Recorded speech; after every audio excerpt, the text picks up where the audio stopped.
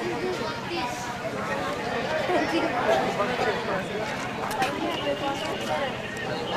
भीष्म की लड़ाई का 10 मार्ग है। याद रखो अर्जुन, यदि आज भीष्म जैसे पराक्रमी योद्धा को रणभूमि में नहीं सुना दिया गया तो पांडवों की जय अनिश्चित है। वासुदेव, बचपन में मैं जिनकी गोद में खेला करता था, जिनकी दाढ़ी नोचा करता था और जिनके शरीर पे धूल उछालता था, क्या मैं उन्हीं के साथ युद्ध करूं? क्या मैं उन्हीं की हत्या करूं? जब मैं उनकी छाती में बाण मारने के लिए धनुष उठाता हूं तो मेरे हाथ कांपने लगते हैं। यह कार्य मुझसे नहीं हो सकता भगवान। पितामह, चाहे मेरी सारी सेना को नष्ट कर दे, जय हो अथवा पराजय, मैं उन्हें नहीं मार सकता भगवान।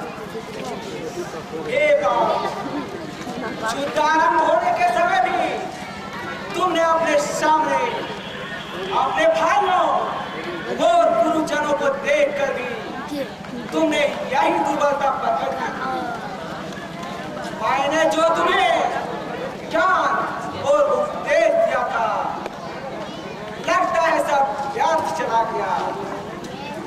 तुम सभी उपदेश भूल गए हो अर्जुन।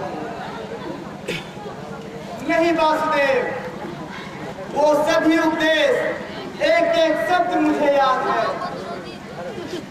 मैं उपदेश के शब्दों को नहीं बल्कि उस शब्द के पूजा चाहता हूँ।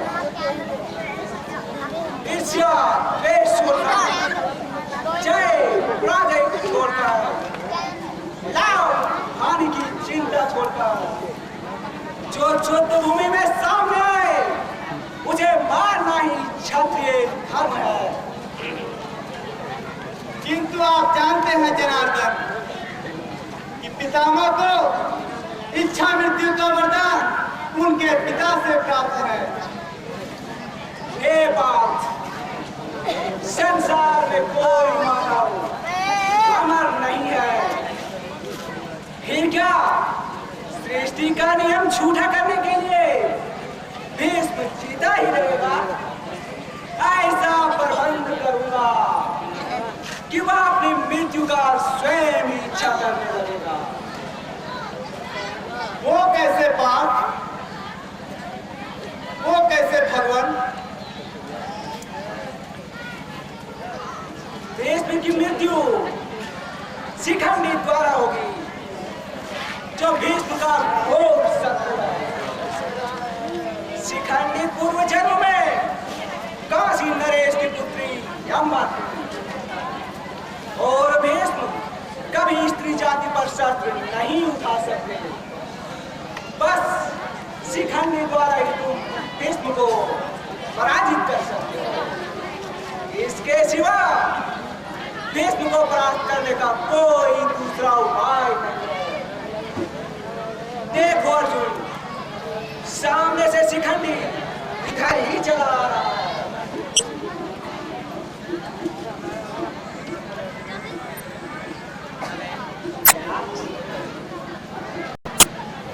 और शिखंडी कैसे आना हुआ?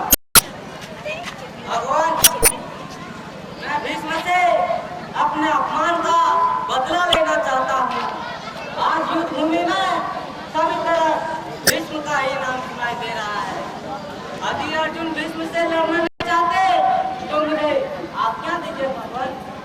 मैं आज भीष्म के वध करके ही रहूंगा। तुम्हारी इच्छा अवश्य पूरी होगी, किंतु तुम्हारे हाथों नहीं बल्कि तुम्हारे आड़ में अर्जुन के हाथों भीष्म का वध होगा। किसी के हाथों से भी हो, मुझे तो सिर्फ भीष्म से बदला चाहिए, भीष्म का वध चाहिए, तभी मेरी प्रतिज्ञा पूरी होगी। अर्जुन, मैं एक बार फिर तुम्हें कह रहा हूं कि माँ, बाप, भाई, बेटा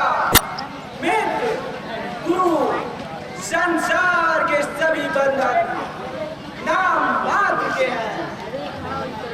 संसार में कोई किसी का अपना नहीं है, केवल एक ही वस्तु अपना है, जिसका नाम है आत्मा। आपके आज्ञा सिरोधार्य है प्रभु।